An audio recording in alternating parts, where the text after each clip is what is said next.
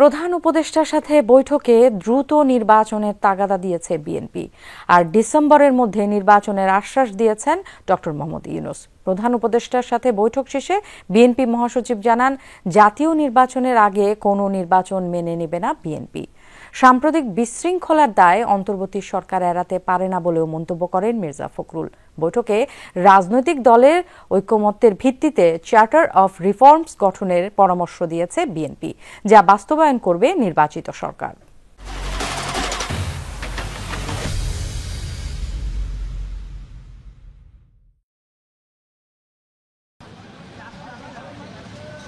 সোমবার সন্ধ্যা ৬টার পরপরই বিএনপি মহাসচিব মির্জা ফখরুল ইসলাম আলমগীরের নেতৃত্বে স্থায়ী কমিটির ২ সদস্য সালাউদ্দিন আহমেদ ও হাফিজউদ্দিন আহমেদ প্রবেশ করেন প্রধান উপদেষ্টার বাসভবন যমুনায়।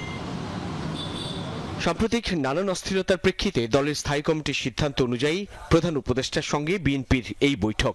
অন্তর্বর্তীকালীন সরকারের ৬ মাস ও বিরাজমান রাষ্ট্র পরিস্থিতি বিষয়ে বিএনপির পক্ষ থেকে লিখিত বক্তব্য তুলে দেওয়া হয় প্রধান উপদেষ্টার কাছে। লিখিত বক্তব্যে গণহত্যা ও মানবতা বিরোধী অপরাধের দায়ে আওয়ামী লীগকে রাজনৈতিক দল হিসেবে বিচারিক প্রক্রিয়ায় আনা দরকার বলেও মনে করে বিএনপি। জনগণ আইন নিজের হাতে তুলে নিচ্ছে বলেও জানায় দলটি। এই যে ঘটনাগুলো ঘটেছে এর দায় সরকার এড়াতে পারেন না।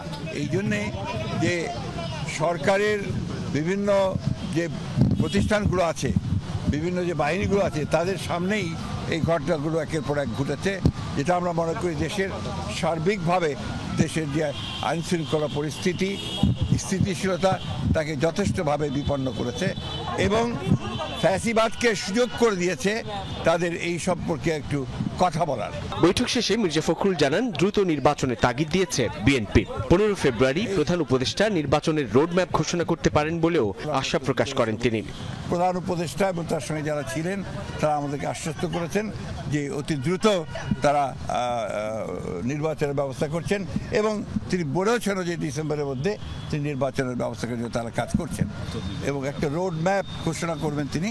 ১৫ তারিখের মধ্যেই ওনারা কিছু একটা বলতে যাবেন। সংস্কার ও নির্বাচন প্রক্রিয়া দুটো একসঙ্গে চলতে পারে, তাই রাজনৈতিক দলের ঐকমত্যের ভিত্তিতে চার্টার অফ রিফর্মস গঠনের পরামর্শ দিয়েছে বিএনপি।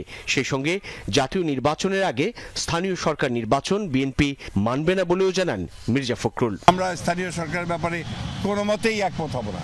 আমরা খুব পরিষ্কার করে আগেও বলেছি, এখনো বলছি যে জাতীয় সরকারের আগে কোনো নির্বাচন হবে না। আমরা অতীতেও অনেক অভিযান দেখেছি, সেই ধরনের কোনো পুনরাবৃত্তি যেন না হয়, অর্থাৎ কোনো ইনোসেন্ট মানুষ যারা আপনার যেন না হয় এবং এটা নিয়ে আবার যেন কোনো রকমের সমস্যা তৈরি করা না হয়। কোন মহলের রাজনৈতিক ফায়দা হাসিলের এজেন্ডা যেন সরকারের কর্মপরিকল্পনার অংশ না হয়, লিখিত বক্তব্যে অন্তর্বর্তী সরকারের প্রতি সেই আহ্বানও জানায় বিএনপি। সেই সঙ্গে দলের পক্ষ থেকে বলা হয়, কোন কোন উপদেষ্টা ক্ষমতায় থেকে রাজনৈতিক দল গঠন প্রক্রিয়ায় প্রশাসন যন্ত্রকে ব্যবহার করছে।